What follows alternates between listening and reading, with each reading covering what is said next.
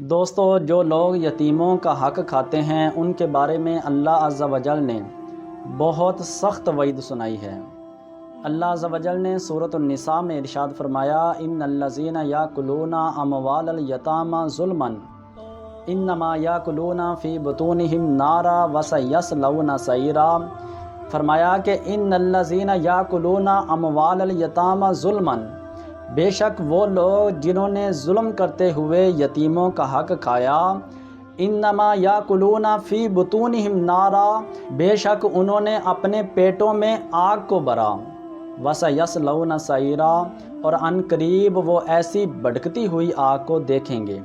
نبی کریم صلی اللہ علیہ وآلہ وسلم نے ارشاد فرمایا کہ قیامت کے دن ایک قوم قبروں سے ایسے نکلے گی کہ ان کے منہوں سے آگ نکل رہی ہوگی۔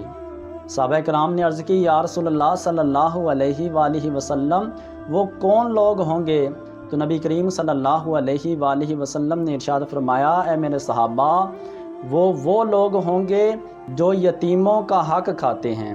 حضرت ابو سعید خدری رضی اللہ عنہ آپ روایت کرتے ہیں کہ نبی کریم صلی اللہ علیہ وآلہ وسلم نے ارشاد فرمایا کہ معراج کی رات میں نے دوزخ میں ایک ایسی قوم کو دیکھا جن کے ہونٹ اونٹوں کے ہونٹوں کے برابر تھے۔ فرشتے ان کے منہوں کو کھولتے تھے اور آگ کے پتھر ان کے منہوں میں ڈالتے تھے۔ صحابہ کرام نے عرض کی، یا رسول اللہ صلی اللہ علیہ وآلہ وسلم، وہ کون لوگ تھے؟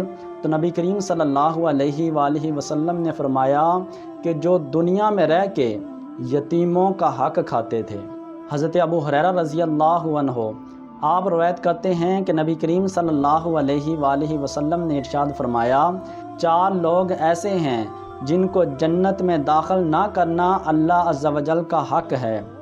فرمایا کہ نمبر 1 شراب کا عادی، نمبر 2 جو سود کا مال کھاتا ہے، اور نمبر 3 جو یتیموں کا مال کھاتا ہے، اور نمبر 4 جو والدین کا نافرمان ہے۔ دوستو، یتیموں کا حق کھانا اتنا بڑا گناہ ہے، لہٰذا جو حق یتیموں کا ہے وہ یتیموں کو دیجیے۔ یتیموں کے مال میں سے نہ ہم کچھ لے سکتے ہیں اور نہ کچھ کھا سکتے ہیں، ورنہ اللہ عز و جل نے جو سخت حکم ارشاد فرمایا ہے وہ ہم پر بھی نافذ ہو جائے گا۔ اس لیے یتیموں کے مال سے خود کو بچانا چاہیے۔ اللہ عز و جل ہمیں عمل کی توفیق عطا فرمائے۔